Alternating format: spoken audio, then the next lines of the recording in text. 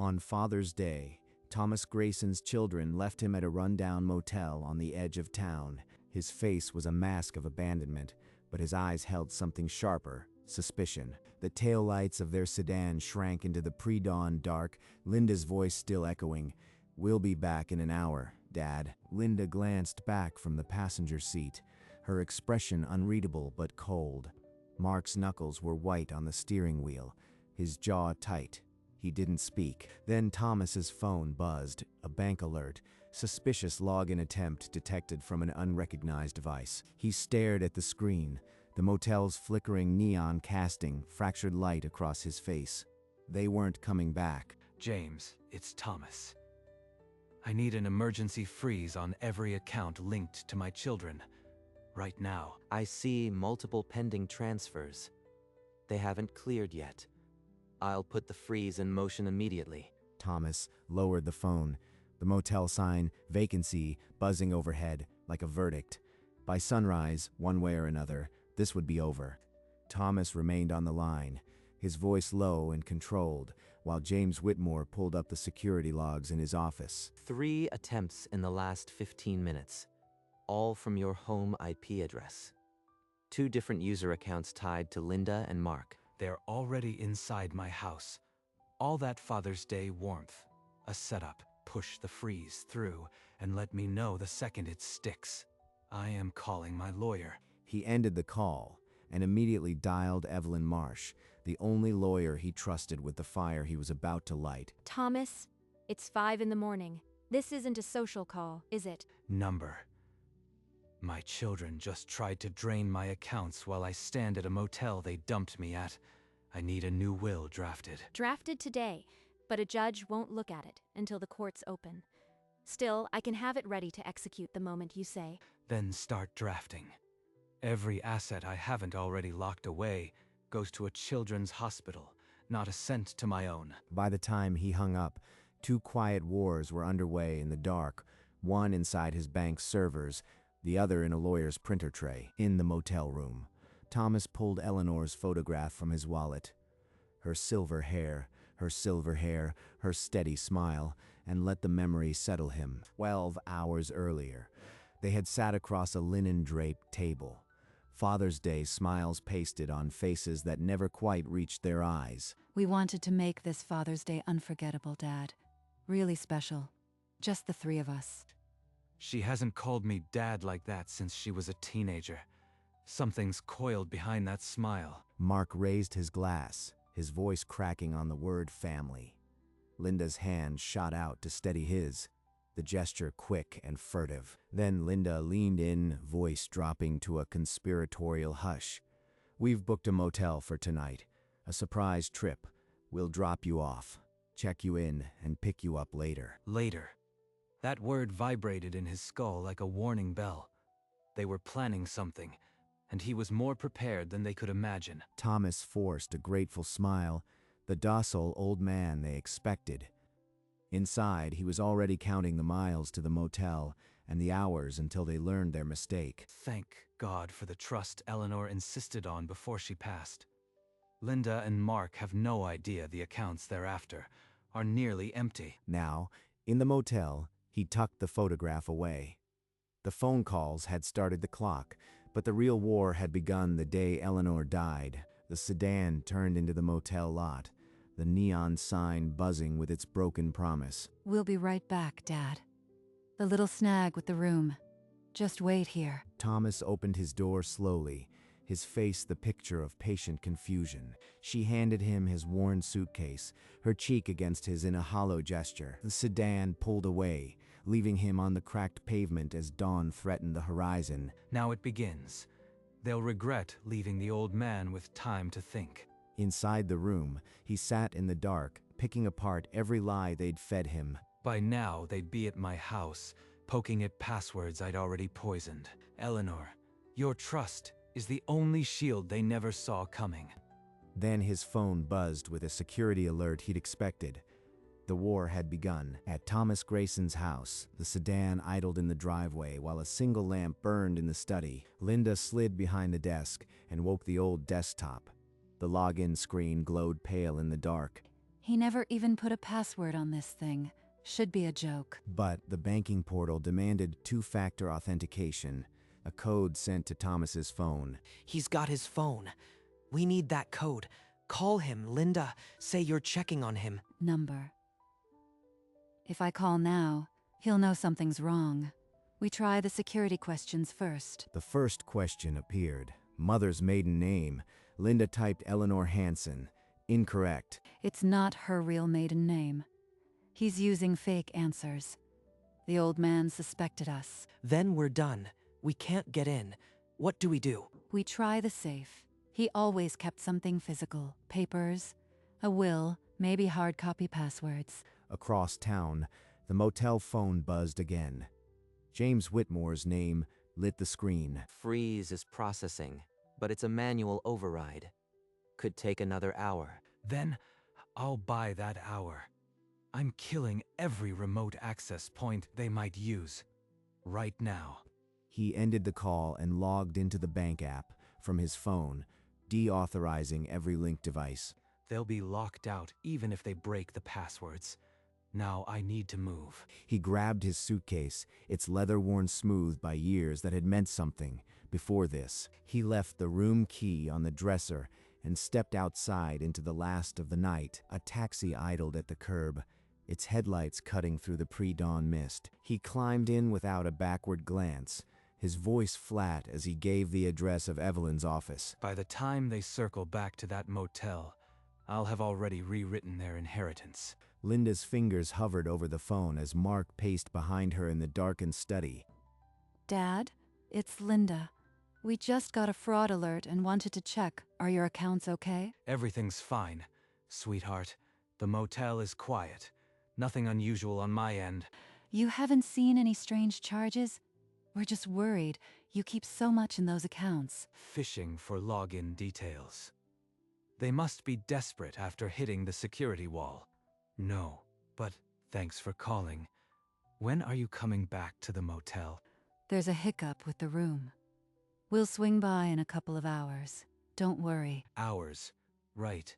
They're still inside my house, trying to crack the safe. No rush. I've got coffee and a good view. See you soon. The call ended. Linda's face went hard as stone. Beside her, Mark's breathing was ragged. In the back of the taxi, Thomas's phone lit up once more. James Whitmore again. It's done, Thomas. The freeze is active. Every pending transfer has been blocked and reversed. Thank you, James. Now they can't touch a single cent. The freeze is airtight. Now it's the will, and Evelyn will have it ready to sign. He slid the phone into his jacket. Outside, the first gray light of dawn bled over the skyline. They're still at my house, circling the safe. They have no idea. I am already miles ahead of them. When they find that empty motel room, their world will collapse, and I'll be watching from a lawyer's office. The taxi slowed. Through the window, the brass nameplate of Evelyn Marsh, attorney at law, came into focus. Eleanor, I promised I'd protect what we built. Today I keep that promise. He paid the driver and stepped out, suitcase in hand, the weight of fatherhood finally lighter. In the study, Linda pulled a landscape painting aside, exposing the wall safe. Mark, the flashlight. The combinations are birth years. It has to be. The beam landed on the dial as Linda spun the numbers. The safe clicked open. The interior was almost bare. No stacks of cash, no will, just a folded piece of paper. Linda brought it into the light. The handwriting was unmistakably Thomas's. The note read, "I've been expecting you." He knew. He's been playing us the whole time. Forget the safe. We go back to the motel now. He's probably long gone. Seconds later, the sedan's engine roared to life, Mark's knuckles bone white on the wheel. In the passenger seat, Linda crushed the note into a ball, her silence louder than any scream. Thomas pushed open the heavy glass door of Evelyn Marsh's office. The draft is waiting. I've never written a will this fast or this final. Make it faster. My children are speeding toward an empty motel room as we speak. She slid the document across the polished desk, a pen already uncapped. Thomas scanned the first page, Last Will and Testament of Thomas Grayson, and signed without hesitation. The signature etched his final farewell to Linda and Mark, and his entire estate into a children's hospital. It's signed, but filing with the court won't happen until they open at 9. Until then, it's vulnerable. Vulnerable only if they find it.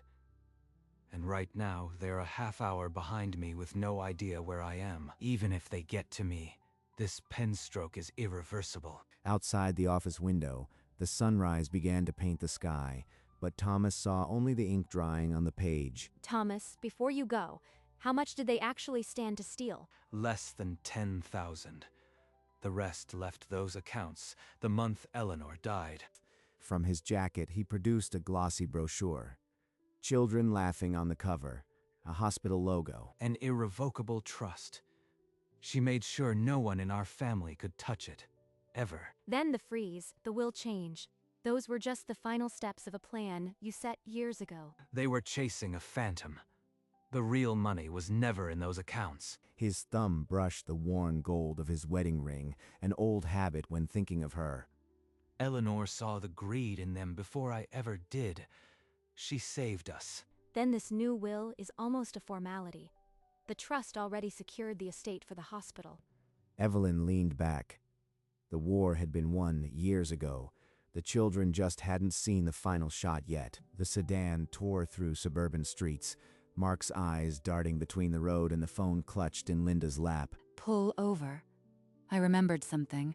A password hint he once mentioned about Eleanor's favorite charity. She opened the banking portal, her trembling fingers typing "Children's Wish" into the security field. The authentication dissolved. The account summary loaded, and the number on the screen froze them both. 1,200. That's it. Where's the rest of it? He moved it years ago. We've been chasing nothing. We're ruined. You swore the money was there. You checked the accounts before we planned any of this. You convinced me. You said he'd be too confused to fight back. This was your idea. Linda slammed the laptop shut. Outside, the full sunrise painted the sky, but inside the car, the darkness was just beginning. They sped not toward a motel now, but toward a reckoning neither was prepared to face. James Whitmore's name flashed on Thomas's phone again, the final piece. The freeze is permanent now, all attempted transfers reversed. They are locked out for good. An official bank screenshot appeared in his messages, every account marked with a frozen banner. Thank you, James. You've been a true friend. He ended the call just as Evelyn emerged from the adjoining office, holding a stamped document. The will has been e-filed. As of 7:02 a.m., your children are legally entitled to nothing. Thomas took the confirmation, his fingers steady, and shook Evelyn's hand with quiet gratitude. Moments later, he stepped outside and walked toward a small cafe on the corner, the morning sun warm on his face. Linda, Mark, it's time you learned what it feels like to lose everything. His thumb hovered over the call button, a group call already queued. Outside, the city was waking up, but for Thomas Grayson, the day had just begun. The sedan screeched into the motel lot, its headlights sweeping the cracked pavement as dawn fully broke. Linda was out and running before the engine died, her heels clacking on the sidewalk toward Thomas's room. She pushed the door open. The room was stripped, the key on the dresser, his suitcase gone. Pick up, old man. Pick up this instant. He's not answering. It goes to voicemail after one ring. He's screening. Linda dialed again, her knuckles white. Nothing. Then Mark's screen showed the same. Call blocked. No greeting. He's blocked us. He knows everything. We're finished. He didn't just freeze the accounts. He cut us out of his life completely. And he's already miles away. The morning sun climbed higher, flooding the motel lot with golden light, but Linda and Mark stood motionless, the silence between them heavier than any words. Thomas settled onto a park bench, the morning sun warming his shoulders, and pressed Linda's number. Dad, where are you? We came back, and you were gone. We've been so worried. Linda, the motel was a bit run down. I found a nicer hotel across town. No harm done. A nicer hotel? Dad, you should have called. We were supposed to spend Father's Day together. You said you'd be back soon. I waited. Then I made other arrangements. It's just a change of plans. Which hotel? We'll come right now. Mark and I can still take you to lunch. I am still settling in. I'll send you the address later. For now, enjoy your morning. He ended the call before she could protest. The silence on her end felt like a physical blow. He called you? He's playing with us.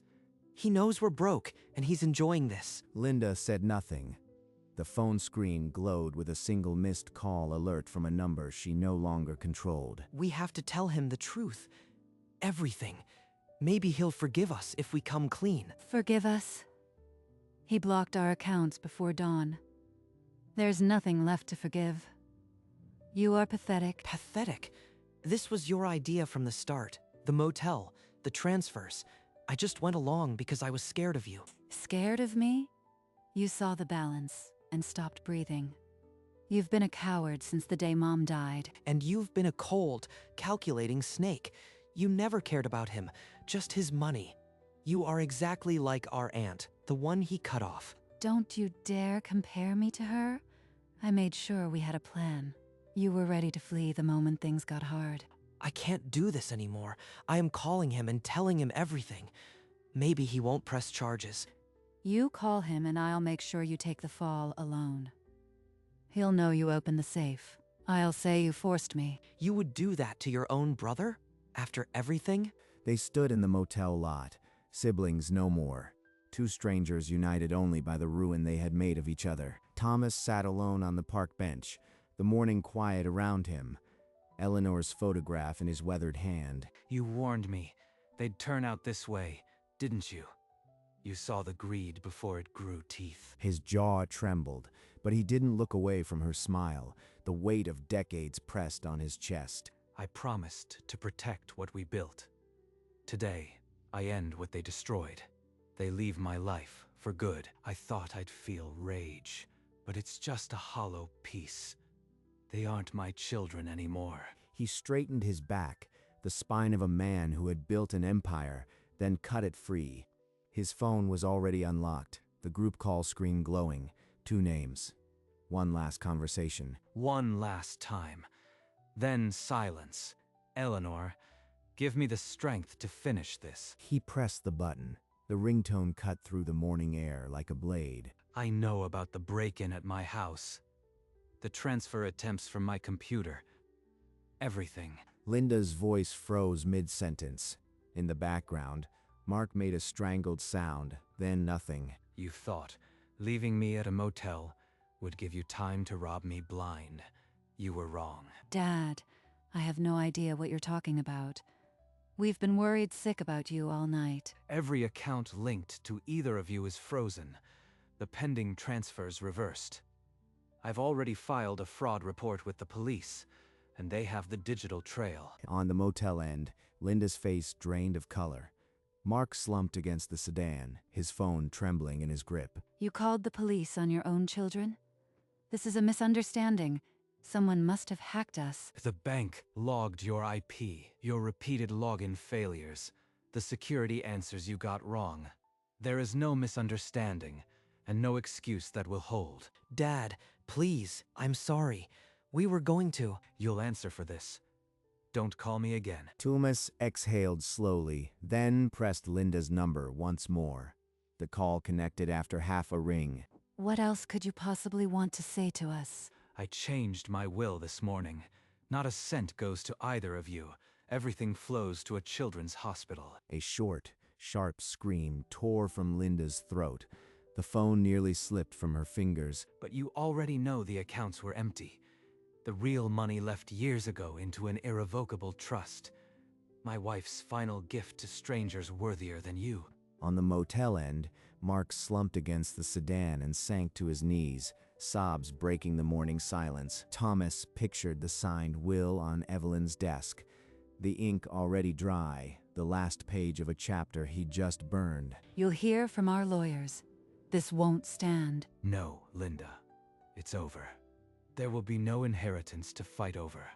Not now, not ever. The line went dead. In the motel lot, brother and sister stood separate now, the wreckage of their greed pooling around their feet. Thomas sat motionless on the bench, the disconnected call screen still glowing. The morning light had shifted. That was it. They are no longer my children. There is no path back. He slipped the phone into his pocket and rested his hand on Eleanor's photograph, an old habit that still steadied him. In the motel lot, the silence was absolute. Linda's phone dangled at her side, the call log a monument to what had just ended. Mark remained on his knees, his breath ragged, the morning sun indifferent to what had shattered here. Neither spoke. The space between them was a chasm that had been widening for years, now final. Thomas rose from the bench, his legs steady. The weight he'd carried since Eleanor's death felt lighter. You knew, Eleanor.